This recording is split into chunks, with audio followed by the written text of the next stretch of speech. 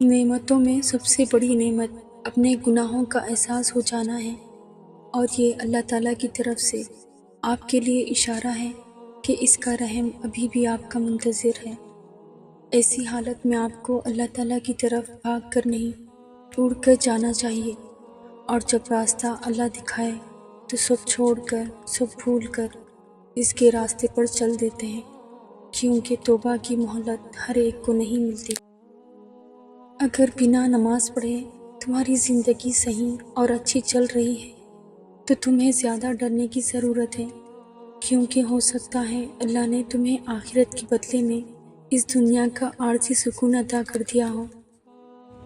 ہر شخص کی زندگی میں کچھ ایسے پیارے لوگ ضرور ہوتے ہیں جن کو دعاؤں کے لیے کہنے کی ضرورت نہیں پڑتی۔ وہ جب ہاتھ اٹھاتے ہیں، آپ کا نام بغیر کہے ہی ان کی دعاؤں میں شامل ہوتا ہے۔ ناشکری انسان کی شخصیت میں شامل ہے۔ صحت یاب ہو کر کبھی طبیب کی یاد نہیں آتی۔ اس کی کشتی طوفان میں پھنس جائے تو اسے اللہ یاد آتا ہے۔ پھر وہ اللہ سے اپنے مجبور و بےکس بندے کو سمندر سے نکال کر خشکی پر لے آتا ہے تو بندہ ایک دم سب کچھ فراموش کر دیتا ہے۔ اللہ ان کو زیادہ عزیز رکھتا ہے جو سکھ میں بھی عاجزی اختیار کیے رہتے ہیں۔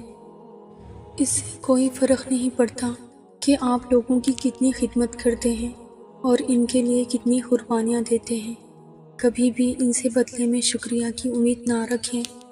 شیخ سعدی فرماتے ہیں، اگر مجھ میں کوئی عیب دیکھو تو مجھ سے ہی کہو، اوروں سے نہیں، کیونکہ اس عیب کو میں نے ہی بدلنا ہے، کسی اور نے نہیں۔ اگر مجھ سے کہو گے تو نصیحت کہلائے گی اور ثواب لکھا جائے گا، اور اگر کسی اور سے کہو گے تو غیبت کہلائے گی اور گناہ لکھا جائے گا۔ اپنی زندگی کو کبھی بھی یوں کسی کی توجہ کے لیے ذلیل نہیں کیا کرتے۔ انسان عزت کے ساتھ پیدا کیے گئے ہیں، اس کے ساتھ بے عزتی کا رویہ رکھنے والا سب سے بڑا گنہگار ہوتا ہے۔ کچھ لوگ ہمارے لیے نہیں ہوتے، ان کا زندگی سے چلے جانا کوئی سزا یا بدقسمتی نہیں ہوتا، بس یہ طے ہوتا ہے۔ اور جس انسان کا اللہ کے سوا کوئی نہ ہو، اس سے ڈرو، اس کے قہر سے ڈرو، اس کی نرمی سے ڈرو، اس کی چپ سے ڈرو، اس کے بولنے سے ڈرو، اور جب اس کو ستاؤ تو خدا کے عذاب سے ڈرو۔ کتنی عجیب بات ہے نا، کبھی ہم اپنی سادگی کی وجہ سے دھتکار دیے جاتے ہیں، اور کبھی کوئی اس سادگی سے اتنا متاثر ہوتا ہے کہ ہمیشہ کے لیے ہمیں اپنی زندگی میں شامل کر لیتا ہے۔ دعائیں تب اثر کرتی ہیں جب انہیں صبر کی مہر لگا دی جائے، اور صبر یہ نہیں کہ اللہ پاک سے مانگنا چھوڑ دو، بلکہ صبر تو یہ ہے کہ لوگوں سے کہنا چھوڑ دو۔ اگر آپ کا ضمیر اور نیت صاف ہے تو اس بات سے کوئی فرق نہیں پڑتا کہ کوئی آپ کو اچھا کہے یا برا۔ آپ اپنی نیت پر جانچے جائیں گے، دوسروں کی سوچ پر نہیں۔ اپنی زندگی ایسے جیو کہ اللہ تعالیٰ کو پسند آ جاؤ۔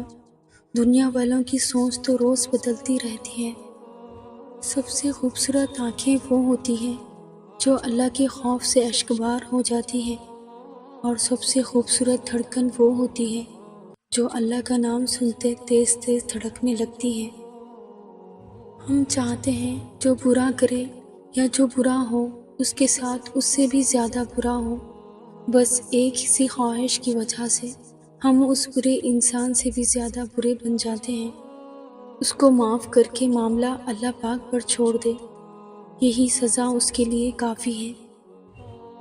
اللہ کے پیارے بندے کبھی مایوس نہیں ہوتے، وہ اللہ کے سوا کسی سے امید نہیں رکھتے، ہر مشکل وقت میں صبر سے کام لیتے ہیں۔